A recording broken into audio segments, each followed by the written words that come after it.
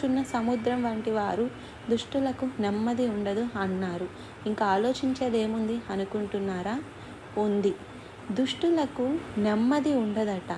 అంటే ఇప్పుడు ఇక్కడ కూర్చున్న వాళ్ళలో నెమ్మది లేకుండా కలవరంలో బతుకుతున్న వాళ్ళు ఏ లిస్టులోకి వచ్చారో ఆలోచించుకోండి. నెమ్మది లేకుండా కదులుతున్న సముద్రంలాగా, నెమ్మది లేకుండా అసమాధానంతో బతికే వాళ్ళు దుష్టులు, భక్తిహీనులు అట. ఇప్పుడు మీలో నాకు నెమ్మది లేదు, అసలు సమాధానం లేదు అన్నవాళ్ళు చేతులెత్తండి.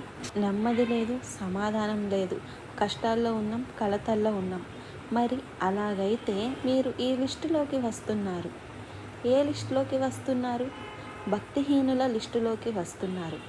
మరి భక్తుల పని ఏంటి? ఇప్పుడు చెప్తున్నాను వినండి. భక్తి పరులకు దేవుని మీద ఆనుకునే మనసు